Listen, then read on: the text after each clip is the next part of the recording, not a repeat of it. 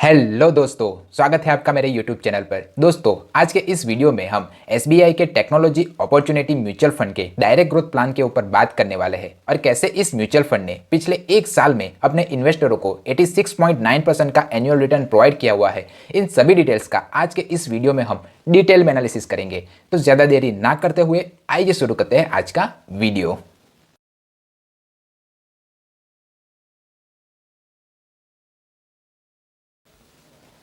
सबसे पहले हम इस म्यूचुअल फंड के फंड ऑब्जेक्टिव के बारे में जान लेते हैं। तो ये एक सेक्टर म्यूचुअल फंड है और ये जो म्यूचुअल फंड है वो इंफॉर्मेशन टेक्नोलॉजी, आईटी सेक्टर और टेक्नोलॉजी सेक्टर में इन्वेस्टरों को पैसे को निवेश करता है। अगर आपको इस सेक्टर्स के बारे में नहीं पता है तो मेरी तो यही सलाह है कि आप इस म्यूचुअल फंड से दूर ही रहे। और अगर आप इस म्यूचुअल फंड में अपने पैसे को निवेश करना चाहते ही हो तो अपने फाइनेंशियल एडवाइजर की सलाह जरूर ले ले और अपने इन्वेस्टमेंट को लॉन्ग टर्म के लिए इन्वेस्ट करें। लॉन्ग टर्म से मेरा मतलब है 5 से लेके 10 साल तक। अगर आप 5 साल से कम के लिए इस तरह के सेक्टर म्यूचुअल फंड में अपने पैसे को निवेश करना चाहते हो तो मेरी तो यही सलाह है कि आप इस म्यूचुअल फंड से दूर ही रहे।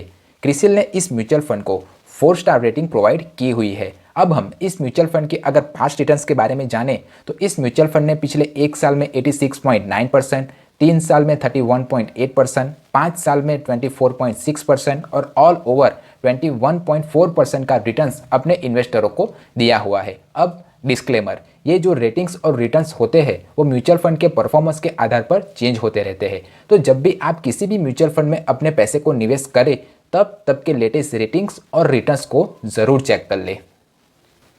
अब हम इस म्यूचुअल फंड की कुछ बेसिक डिटेल्स के बारे में जान लेते हैं। तो 6 अगस्त 2021 को इस म्यूचुअल फंड की एनएवी 150.99 रुपीज़ थी, यानी कि इस म्यूचुअल फंड की एक यूनिट की वैल्यू 150.99 रुपीज़ थी। ये जो म्यूचुअल फंड है वो बेंचमार्क S&P BSE टेक ट्राई को फॉलो करता है। अब हम एग्जिट लोड की बात करें तो वो है 0.5%। अगर आपने 15 दिनों के भीतर ही अपने निवेश किए हुए अगर पैसे को निकाल लिया तो आपको 0.5% का एग्जिट लोड चार्ज देना पड़ेगा। 15 दिन के बाद इस म्यूचुअल फंड में कोई भी एग्जिट लोड चार्ज एप्लीकेबल नहीं है। ये जो म्यूचुअल फंड है वो ओपन एंडेड म्यूचुअल फंड है, यानी कि इन्वेस्टर जब चाहे तब अपने पैसे को निवेश कर सकता है और जब चाहे तब अपने पैसे को निकाल भी सकता है। और अगर इसकी एसेट अंडर मैनेजमेंट देखें तो वो है 915 करोड़ रुपीज़। अब हम इस म्यूचुअल फंड के अगर एक्सपेंस रेशियो की बात करें तो वो है 1.25%, जो मेरे हिसाब से काफ़ी ज़्यादा है। अब जिसे नहीं पता कि एक्सपेंस रेशियो किसे कहते हैं, तो जो एसेट मैनेजमेंट कंपनियां होती है वो हमारे ही पैसे को मैनेज करने के लिए हम ही से कुछ फीस चार्ज करती है और उसी फीस को वो एक्सपेंस रेशियो के तौर पर हमें बताती है। तो जितना ज़्यादा एक्सपेंस रेशियो होगा उतना ही कम इन्वेस्टरों को प्रॉफिट होगा। तो जब भी आप किसी भी म्यूचुअल फंड में अपने पैसे को निवेश करने के बारे में सोचे तब एक्सपेंस रेशियो के क्राइटेरिया को भी ज़रूर ध्यान रखें। अगर आप इस म्यूचुअल फंड में अपने इन्वेस्टमेंट को स्टार्ट करना चाहते हो तो मिनिमम SIP 500 रुपीज़ और लमसम अमाउंट 5000 से स्टार्ट कर सकते हो।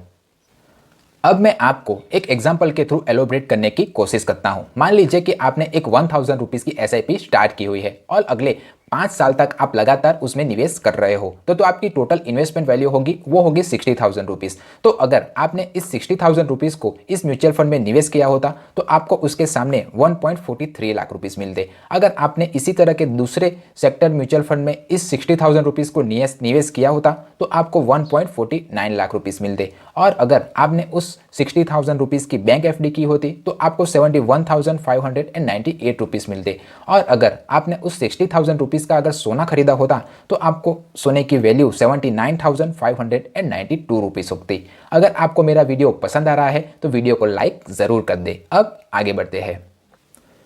ये जो म्यूचुअल फंड है वो इन्वेस्टरों के 93.64% रुपीज़ को इक्विटी यानी कि शेयर बाजार में निवेश करता है। तो शेयर मार्केट के उतार चढ़ाव का इस म्यूचुअल फंड पर सीधा असर पड़ेगा।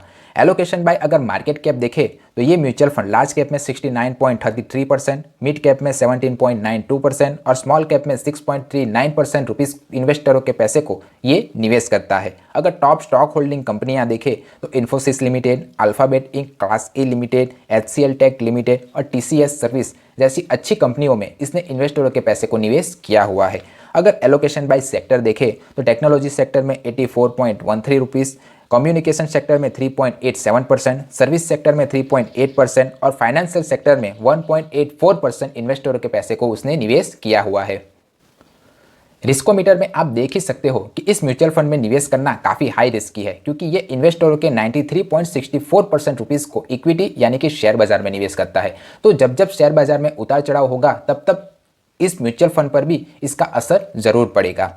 अब हम अगर फंड मैनेजर की बात करें तो मिस्टर अनूप उपाध्याय और मोहित जैन जैसे वेल एक्सपीरियंस फंड मैनेजर इस म्यूचुअल फंड को मैनेज कर रहे हैं। अब हम इस म्यूचुअल फंड की अगर टैक्स लायबिलिटी के बारे में बात करें तो अगर आपने 1 साल के भीतर ही अपने निवेश किए गए पैसे को निकाल लिया तो आपको short term capital gain tax 15% का पूरी रकम पर देना पड़ेगा, और अगर आपने 1 साल के बाद अपने निवेश किए गए पैसे को निकाला तो आपको 1 लाख रुपीज़ का एजेम्पशन मिलेगा और बाकी बची हुई रकम पर आपको 10% का long term capital gain tax देना पड़ेगा। इन सभी डिटेल्स को जानने के बाद आप मुझे कमेंट बॉक्स में लिख के बताइए कि आप इस म्यूचुअल फंड में निवेश करना चाहते हो या नहीं। अगर कोई और सुझाव हो तो भी मुझे कमेंट बॉक्स में लिखकर ज़रूर बताइए। मिलते हैं अगले वीडियो में, तब तक सीखते रहिए, क्योंकि सीखोगे आज तो कमाओगे कल। जय हिंद।